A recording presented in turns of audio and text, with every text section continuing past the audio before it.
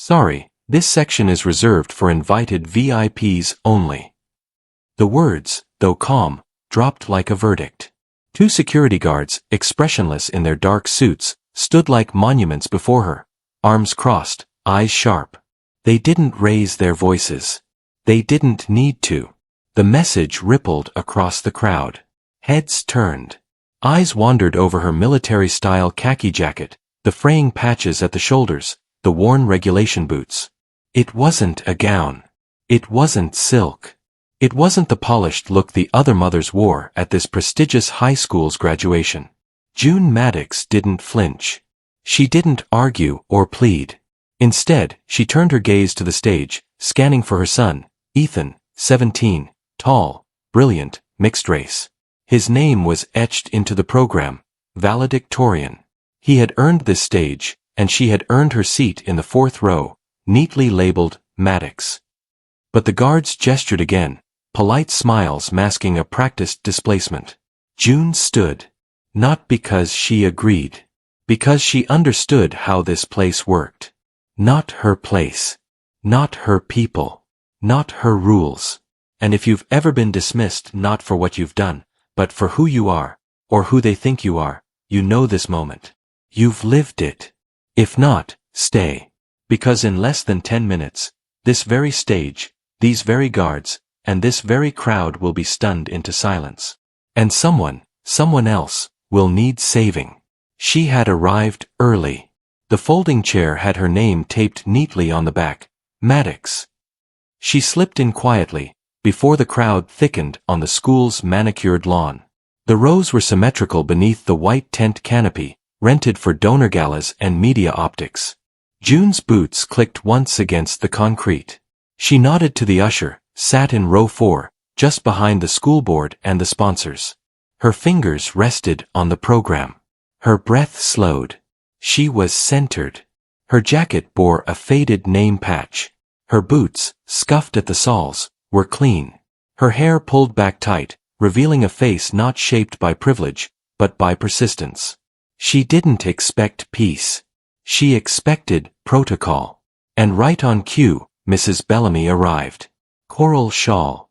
Designer sunglasses. Hair curled into perfection. She walked like she owned the ground. Her husband trailed behind, seat cushion in hand. Their daughter, moody and flawless, sulked under Instagram-worthy lighting. Bellamy saw June and paused. A sniff. A whisper to a woman in a floral maxi dress. Loud enough for 3 rows. I thought we cleared the photo section of clutter? It spread fast. Principal Kent, near the podium, received a folded note. He scanned the rows. A nod. 5 minutes later, 2 guards were dispatched. They didn't storm. They performed. Their version of courtesy was strategy. "Ma'am," one said, "we may need to adjust some seating." Temporary. June looked up. Soft voice. Firm tone. "This is my seat. My son is valedictorian." "Yes, ma'am." The other guard nodded, smiling.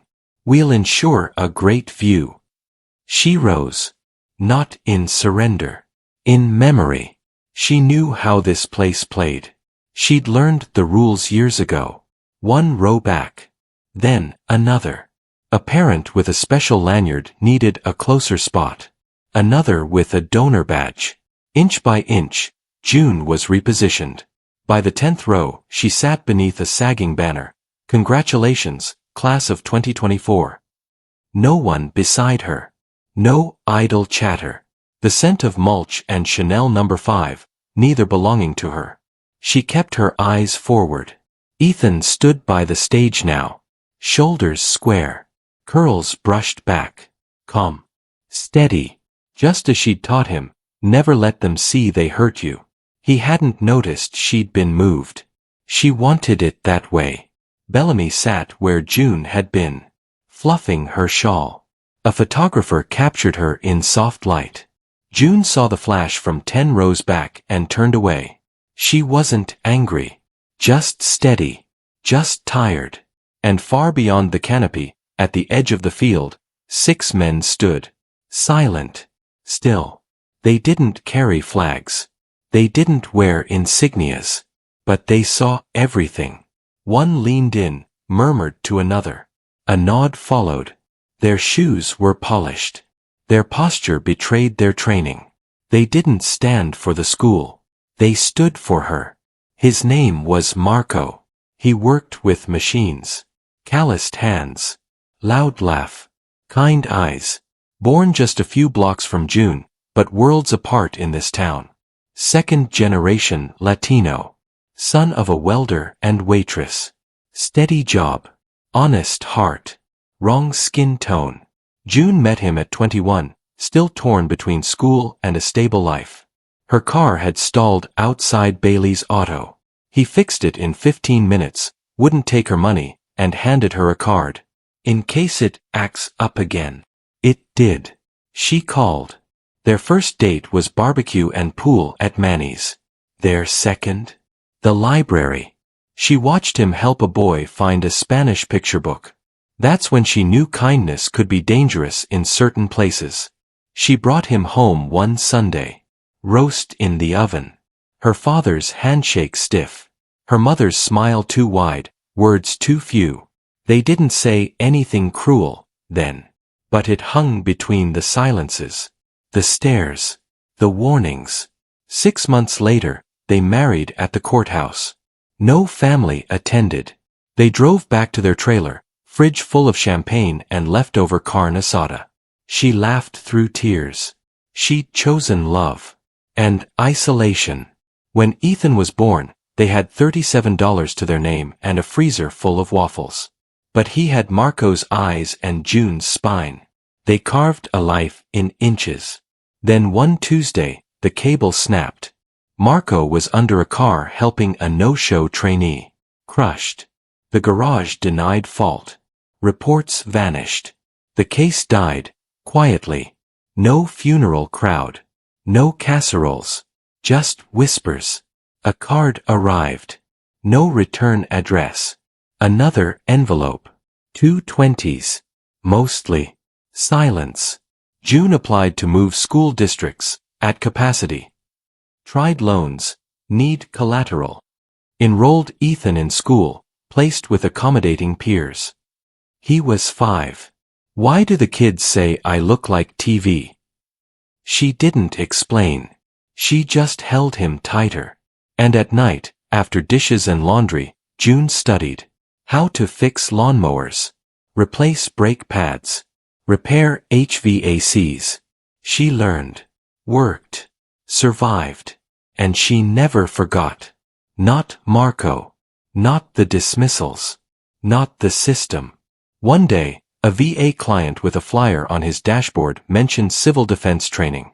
June fixed his radiator. He left. Her name was added to the recruitment list. She didn't expect a call. 2 weeks later, she packed her boots. At the compound outside Fort Logan, surrounded by ex-paramedics and veterans, she stood out. Short, pale, quiet, but unshakable. The SEAL trainees arrived week 2. Most recruits were starstruck. Not June. She focused on maps. Noticed details others didn't. During simulations, she found unlisted alleyways. Predicted ambushes before drones spotted them. Who is she? One asked. By week 3, they called her guide. Respectfully. She saved Deacon from heatstroke. Dragged him alone to shade. Tore off his vest. Poured her own water over his face. 23 seconds before medics. After that, the tone changed. They asked questions. They listened. They learned. So did she. No ceremony when training ended. No parade. Just a handshake.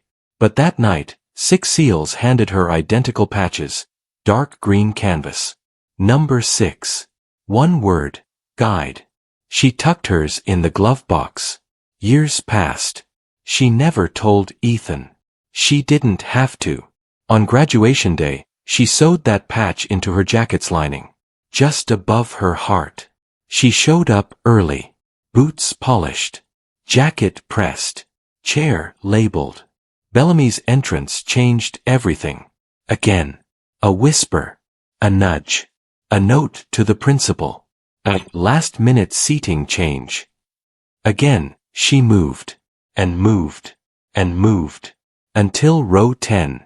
Sunlight spilled onto her knees. Dust rose with the breeze. But she remained upright. Unblinking. Watching. Waiting. She saw Ethan step onto the stage. Calm. Proud. Unaware. She willed him not to notice the change. Not today. And no one noticed the 6 men at the field's edge. Not until they moved. Measured steps. Suits. Silent. Down the center aisle. The crowd parted. They reached the stage. One handed a patch, matching June's, to the usher. Guide. Then, the man turned to face the audience. His voice echoed. We came to honor the woman who saved us. Who never asked for recognition. Who taught us how to lead without orders. He pointed. To her. All eyes turned. June sat unmoving. Ethan behind the podium stood frozen. Then moved. 2 steps down. He walked to the men. They saluted. All 6. Cameras flashed. The crowd erupted. Applause swept like thunder. Not for the school. For her. The principal fumbled his notes. The ceremony struggled to resume. Bellamy's smile fractured. Ethan returned to the podium. Didn't read his speech. Spoke instead. My mother wasn't allowed to keep her seat today, he said, steady. She's been overlooked her entire life. But she's the reason I stand here. He pointed again. June Maddox. Guide. Mother. Foundation. No flourish. No joke. Just truth. After the ceremony, the crowd thinned. But those who remained watched. As Ethan kissed his mother's cheek. As the SEALs saluted her. One handed her a new patch. Honorary command. It read. She didn't wear it. She didn't need to. Later that summer, the school created a new award. The Maddox Recognition for Unseen Service. June never attended the meetings. But her chair was left in the front row. Every year. No plaque. No sign. Just a chair. Back home, June fixed cars. Taught a local kid how to rebuild a transmission. You're teaching me to survive, he said. No, she replied, handing him a wrench. I'm teaching you not to ask permission. Ethan started a blog. Small stories. Reflections. Readers wrote in, she reminded me of my mother. The woman in the back row. Grace in silence. When asked to speak again, Ethan declined. My mother's part is done, he said. Still, the chair remains. Plain. Open. Waiting not for fame, but for presence. At sunset, June and Ethan stood outside the garage. The world moved on. They didn't. Do you think people change? He asked. She wiped oil from her hands, watched the quiet road. Some don't, she said. But the ones who matter. Yeah, they do. And as the breeze stirred the jacket on the hook and the porch light buzzed to life, the world whispered something unexpected. Thank you.